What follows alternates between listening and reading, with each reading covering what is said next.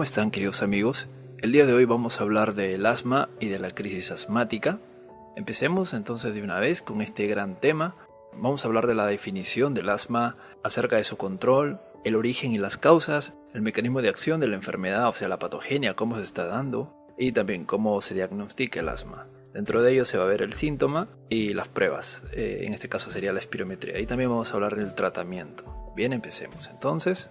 ¿Qué es el asma? El asma es una enfermedad causada por la obstrucción reversible, escuchen bien, obstrucción reversible de las vías respiratorias, a diferencia de las EPOCs. En EPOCs ya son otro tipo de patologías, como por ejemplo la bronquitis crónica, el enfisema y las bronquiectasias, que quizás luego algún momento hablaré. Es muy diferente, ahí no hay reversión, en el asma hay reversión.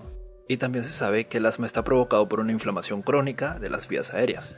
Esto provoca síntomas respiratorios, limitación de la actividad y exacerbaciones. Exacerbaciones son crisis o ataques, solo que en otros términos. Estas exacerbaciones en ocasiones requieren asistencia médica urgente y que pueden también incluso ser mortales. Ahora, ¿qué pasa si el asma está bien controlado? O el famoso me curé del asma. Cuando el asma está bien controlado, podemos evitar los síntomas molestos durante el día y la noche, podemos necesitar poca o ninguna medicación sintomática, podemos llevar una vida productiva y físicamente activa, podemos tener una función respiratoria normal o casi normal, y también evitamos las exacerbaciones, que serían las crisis o ataques, asmáticas graves, claro. Entonces hay personas que dicen, me curé del asma. No. O sea, no es que te curaste, sino que lo estás controlando muy bien, que puede que nunca más tengas los síntomas, o inclusive puede que nunca tuviste asma, tuviste otro diagnóstico, como una bronquiolitis. Entonces el día de hoy vamos a aprender cómo se diagnostica el asma, ¿bien? Y la pregunta es, ¿cuál es el origen del asma? Bien, en primer lugar, el asma está ligado a causas genéticas y ambientales. Y en segundo lugar, las personas asmáticas son más susceptibles a determinados agentes ambientales, a diferencia de las personas no asmáticas.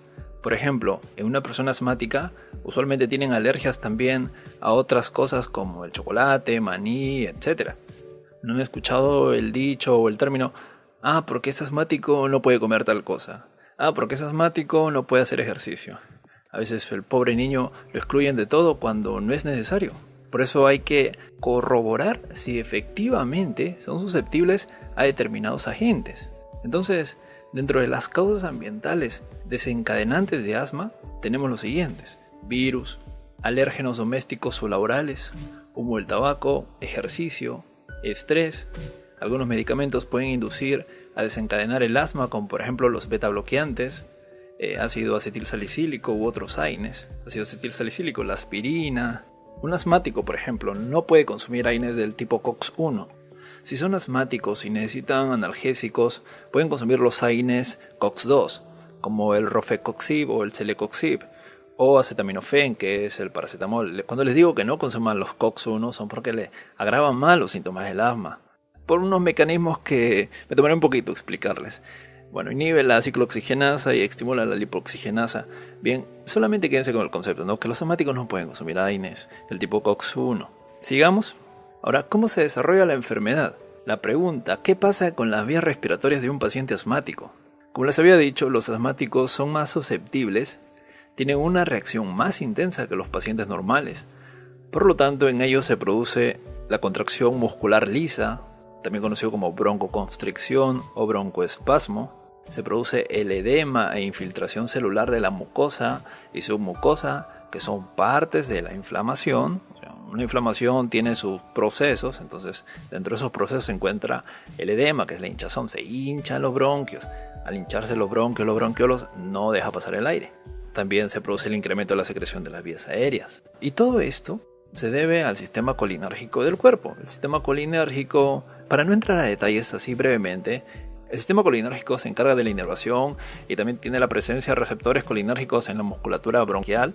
Hay estimulación del nervio vago, lo que produce broncoconstricción.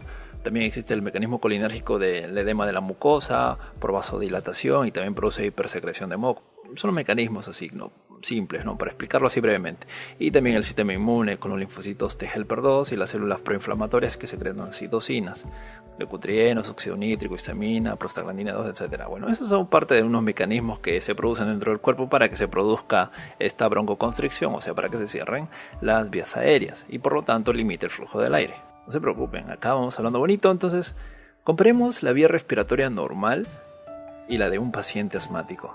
En este caso pueden ver que una vía normal, cuando las vías respiratorias están expuestas a alergenos, microbios, virus y factores del ambiente, no sucede nada, o si sucede, no hay mucha respuesta, que digamos, no hay una alteración del revestimiento de las vías aéreas. En cambio, un asmático, si está expuesto a estos determinados agentes, se produce una hipertrofia, aumenta el grosor de las vías aéreas, como pueden ver hay células proinflamatorias, dando como resultado una alteración del tejido de las vías respiratorias, por lo tanto se obstruye. Ahora vamos a diagnosticar el asma. ¿Cómo puedo saber yo que tengo asma? Buena pregunta. Primero tenemos que saber el cuadro clínico. Una persona asmática padece de sibilancias. Las sibilancias son el sonido así agudo que se produce. A ver si puedo poner acá un audio.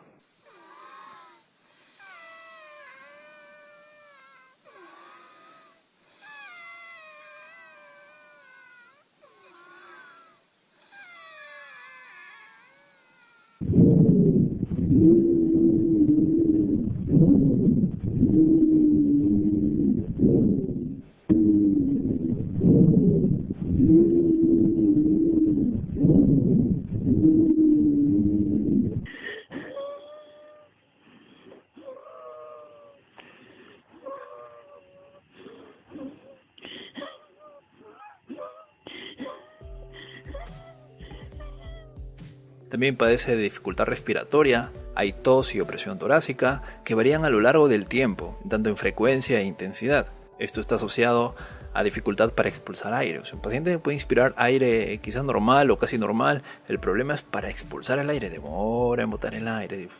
Ahora también se utiliza para el diagnóstico las pruebas diagnósticas, en este caso utilizamos la espirometría. Vamos a ver dos cosas importantes que ahorita también lo voy a explicar, bien sencillo, bien fácil de comprender.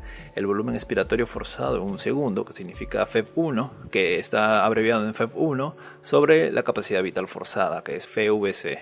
Esa constante está reducida. Los valores normales son de 0.75 a 0.80, ahorita lo vamos a ver. Y también se altera el FEV1, el volumen expiratorio forzado en un segundo, dando como resultado un porcentaje mayor a 12 y 200 mililitros después de utilizar el broncodilatador. Bien, veámoslo para que puedan comprender mejor. En este caso, aquí tenemos una espirometría de un paciente asmático. Bien, entonces tenemos que cumplir ciertos criterios para poder decir que esta prueba es de un asmático. El primer criterio tenemos que ver que el FEV1 sobre el FVC en basal tiene que ser menor a 75 litros. Esta prueba la he sacado de otro compañero aquí de YouTube. En este caso pueden ver que el basal está en 46 litros. Entonces, primer criterio completado. Entonces decimos que sí, vamos bien, vamos para decir que es asma. El segundo criterio tenemos que ver que el FEV1, como pueden ver aquí, está en 1.35, sube a 1.73 litros. Y aquí se ha usado un broncodilatador, o sea, de un estado basal la vía respiratoria se ha vuelto reversible y ha aumentado más de 200 mililitros, más de 0.20. Por lo tanto, se cumple el segundo criterio de que hay un rango mayor a 200 mililitros, o sea, más de 0.20, desde el basal al post-broncodilatador, después de un broncodilatador. Como para corroborar, este aumento de 200 mililitros puede verse reflejado en un FEV1 mayor a un 12%. En este caso el paciente tiene 27.72 post-broncodilatador, por lo tanto decimos que es asma. El FEV1 sobre FVC menor a 75 litros indica una enfermedad obstructiva. Bien, y el FEV1 mayor a 200 mililitros, o sea 0.20, y mayor a 12% post-broncodilatador indica la reversibilidad de las vías aéreas. Por lo tanto, esto asociado a los síntomas y también a los antecedentes podemos decir asma. Basta con que uno de los dos criterios no se cumpla, decimos que no hay reversibilidad. Por lo tanto ya no sería asma, porque el asma tiene reversibilidad. Hay una variabilidad media diaria donde si el PEF es mayor a un 10% o hay un aumento del FOB1 en más de un 12% y 200 mililitros por un tratamiento antiinflamatorio. O sea, puede haber eso de ahí. También puede no darse reversibilidad con broncodilatadores durante las exacerbaciones graves o infecciones víricas. Esos puntos también hay que tener en cuenta ahí. Otra prueba de espirometría, acá tenemos otros datos de otro paciente asmático. Primero que vemos el FEV1 sobre el FVC y podemos ver que en basal está en 63.71, bien, lo cual me indica que es menor a 75 litros, me indica una enfermedad obstructiva. Y luego vemos el FEV1 que de 3.43 a un post-broncodilatador ha aumentado bastante, casi un punto, ¿no? Un punto y 10. Por lo tanto, ha aumentado más de 200 mililitros, o sea, más de 0.20 y también más de mayor a 12%, como se puede ver aquí, ¿no? 28%, o sea, hay una reversibilidad. Por lo tanto, esto asociado a los síntomas, decimos que es un paciente asmático.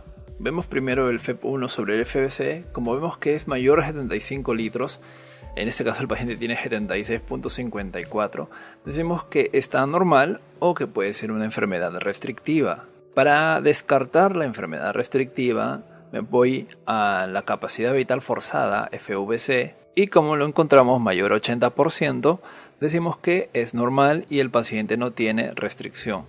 En caso de que esto sea menor a 80%, podemos decir de que el paciente tiene una enfermedad restrictiva. Cuando hablamos de una enfermedad restrictiva nos referimos a un paciente que no puede expandir la pared torácica.